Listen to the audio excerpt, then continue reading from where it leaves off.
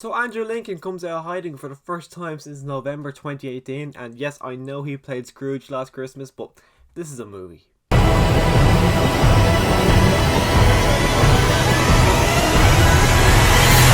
So Penguin Bloom tells a real life story of how a family move on and how they grow and how they adapt to their mother being paralyzed from, they said the exact bone, but they also said in the movie from the brass drop down, so that's quite a hard thing to live with. But it's a true story based on an actual family. We see some photos at the end, but I heard about this movie back in, I want to say July of 2019, July 2019. And ever since then, I'm thinking this seems like a weird choice for Andrew Lincoln to do his follow-up movie. But then you look at, he wasn't Love Actually. Everything else he's done is actually not like The Walking Dead. So if anything, The Walking Dead was a weird choice for him to do. But I was looking forward to it just in the fact just to see Andrew Lincoln in something different. The movie itself is not really something I'd ever really put on. It's one of those kind of family DVDs that you kind of just pick up randomly. It's kind of Netflix's one of their favorite things because they're cheap movies to make, they're easy movie to make, and the movie as its whole, as itself, is very, very boring. I wasn't expecting to go in and get some masterpiece, but the movie itself, I kind of found it to be boring. As I said, this movie is just over 90 minutes. I think it was 93 minutes if I'm right, and that's including credits. And I felt every second of this movie. I felt like the movie itself just kept dragging and dragging on. Our two main leads, Andrew Lincoln, of course, plays a husband, and he doesn't really play a main character. I'd say, if anything, he plays a supporting role in the movie because our main character is 100% Naomi Watts, who I've seen her in a bit, not an awful amount. I've seen her in King Kong from 2005. She was also in that Impossible movie with Ewan McGregor, but I think she is good in the movie. But again, neither of them are like jaw-dropping standout characters for me within this movie.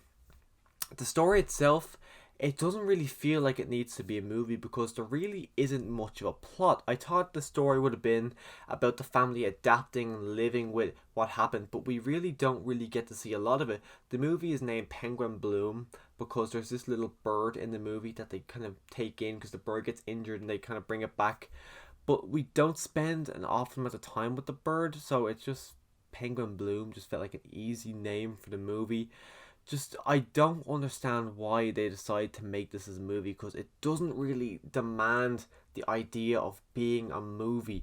I heard Andrew Lincoln actually said that this movie, deep down, is a romantic movie. It's a romance. The fact that it's but all this man wants to do is just to be with his wife, and I can see it within the movie. But I just honestly, does need to be a movie. Now, bear in mind, again, this is not my type of movie. Maybe if you do like this movie, you absolutely loved it. But for me, I don't think this warranted being a movie at all. But bear in mind, this is a true story, and in being that it's a true story, it's a very sad story because it's heartbreaking to see what this family goes through because they do have kids, and their kids, I don't remember getting an age, but I imagine they're like 11 and below, maybe 10 and low, and these kids are young. They're very young to have to go through what they're going through. Seeing like some of the scenes in particular with the Naomi Watts' character where she falls out of the bed or just stuff like that, it's so strong, and the way she's in the wheelchair is very believable. Like she did a lot of practice in the wheelchair because she knew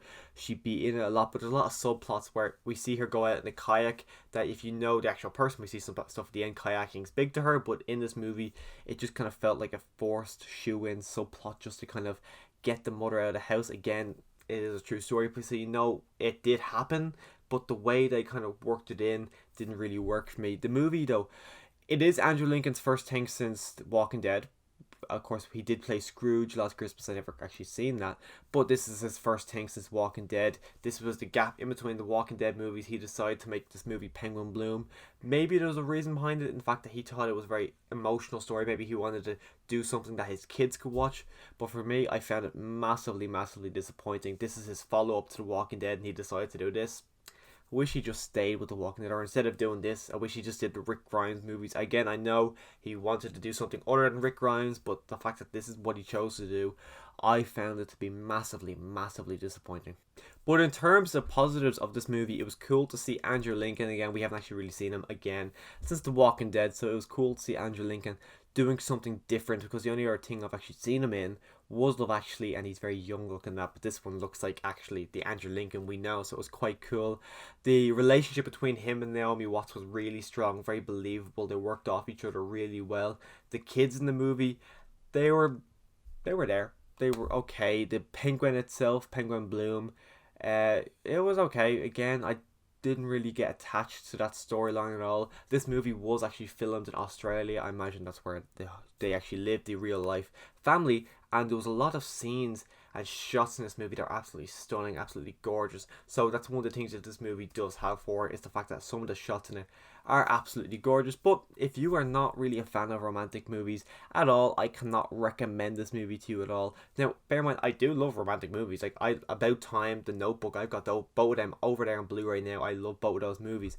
But I did not like this one. I cannot recommend it. It's on Netflix for free. Maybe if you wanted to see what Andrew Lincoln has been up to the same way I did, it's on Netflix right now, so you can go over and watch that if you do want to watch it. But if you don't really care to see what else Andrew Lincoln does outside of The Walking Dead, if you know that this is not your type of movie, I do not recommend this movie to you whatsoever. In terms of a rating on Letterboxd, I actually gave it 2 stars out of 5, and I kind of thought that was a bit generous.